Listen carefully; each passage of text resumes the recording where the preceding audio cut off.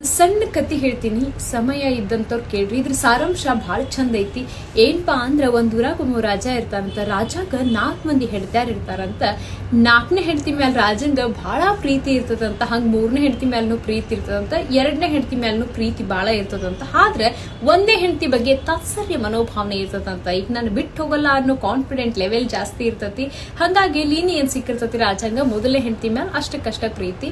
ಹಿಂಗಿರುವಾಗ ಒಂದಿನ ಏನಾಗುತ್ತಂದ್ರ ರಾಜನಿಗ ಮಾರಣಾಂತಿಕ ಕಾಯಿಲೆ ಬಂದ್ಬಿಡ್ತದಂತ.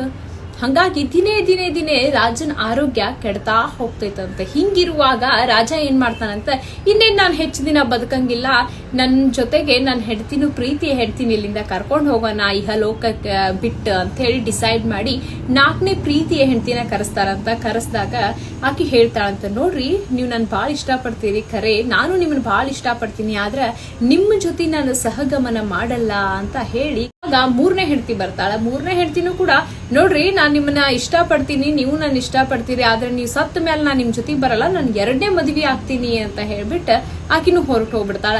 ಹಂಗ ಇರುವಾಗ 2ನೇ ಹೆಂಡತಿ ಬರ್ತಾಳ. 2ನೇ ಹೆಂಡತಿ ಬಂದ್ ಹೇಳ್ತಾಳ, ನೋಡ್ರಿ ಧೈರ್ಯ ತಂದ್ಕೋರಿ, ನಾನು ನಿಮ್ ಜೊತೆ ಕೊನೆವರೆಗೂ ಇರ್ತೀನಿ, ಕೊನೆ ಗಳಿಗೆವರೆಗೂ ಇರ್ತೀನಿ, ಸ್ಮಶಾನದವರೆಗೂ ಬರ್ತೀನಿ, ಆದ್ರೆ ನೀವು ಸತ್ತ ಮೇಲೆ ನಿಮ್ ಜೊತೆ ಸಹಗಮನ ಮಾಡಲ್ಲ ಅಂತ ಆಕಿನೂ ಕೂಡ ಹೇಳಿ ಹೋಗ್ಬಿಡ್ತಾಳೆ.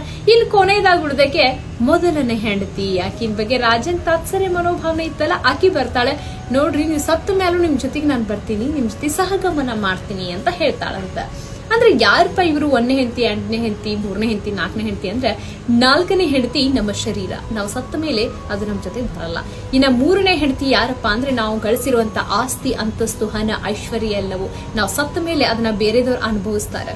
ಇನ್ನ 2ನೇ ಹೆಂಡತಿ ಯಾರು, ನೀವು ಸತ್ತ ಮೇಲೆ ನಿಮ್ ಕೊನೆವರೆಗೂ ಸ್ಮಶಾನದವರೆಗೂ ಬರ್ತೀನಿ ಅಂತ ಹೇಳಿದ್ಲಲ್ಲ ಆಕೆ, ಸ್ಮಶಾನದವರೆಗೂ ಬರ್ತೀನಿ ಅಂತ ಹೇಳಿದ್ಲಲ್ಲ ಆಕೆ ನಮ್ಮ ಬಂಧು ಮಿತ್ರರು, ನಮ್ಮ ತಾಯಿ ತಂದೆ ಸಂಬಂಧಿಗಳು, ನಮ್ಮ ಹೆಂಡತಿ ಎಲ್ಲವರು ಕುಲ ಬಾಂಧವರು ಅಂದ್ಕೊಳ್ರಿ, ನಮ್ಮ ಸ್ಮಶಾನದವರೆಗೂ ಬಂದು ಬೀಳ್ಕೊಡ್ತಾರ, ಆದ್ರೆ ನಮ್ ಜೊತೆಗೆ ಬರಲ್ಲ.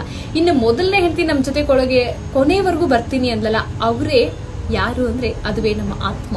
ನಮ್ಮ ಆತ್ಮ ಸಂತೃಪ್ತವಾಗಿಡ್ಬೇಕು ಅಂತ ಯಾಕೆ ಹೇಳ್ತೀವಿ ಅಂದ್ರೆ, ಆತ್ಮಕ್ಕೆ ಆನಂದವನ್ನ ನೀಡಬೇಕು, ಎಲ್ಲದಕ್ಕಿಂತ ಶ್ರೇಷ್ಠವಾದದ್ದು ಅಂತ ಯಾಕಂತೀವಿ ಅಂತಂದ್ರೆ, ಕೊನೆ ಗಳಿಗೆವರೆಗೂ ನಮ್ ಜೊತೆಗೆ ಬರೋದು, ಕೊನೆವರೆಗೂ ನಮ್ ಜೊತೆ ಇರೋದು ನಮ್ಮ ಆತ್ಮ ಮಾತ್ರ ನಮ್ಮ ಜೊತೆಗಿರುತ್ತೆ, ಬೇರೆ ಇನ್ನೇನು ಅಲ್ಲ. ಅದಕ್ಕೆ ಹೇಳೋದು ಆತ್ಮಕ್ ಸಂತೃಪ್ತಿ ಇರ್ಬೇಕಂತ ಹೇಳಿ. ನೀವು ಎಷ್ಟೇ ಗಳಿಸಿದ್ರು, ಎಷ್ಟೇ ಆಸ್ತಿ ಅಂತಸ್ತು, ನಿಮ್ ಹೆಂಡತಿ ಏನೇ ಇದ್ರು ಕೂಡ ನಶ್ವರ ಇಲ್ಲಿ.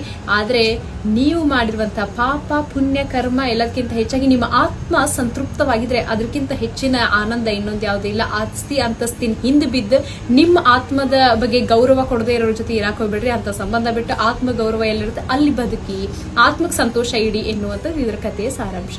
ಹೆಂಗಿತ್ತು?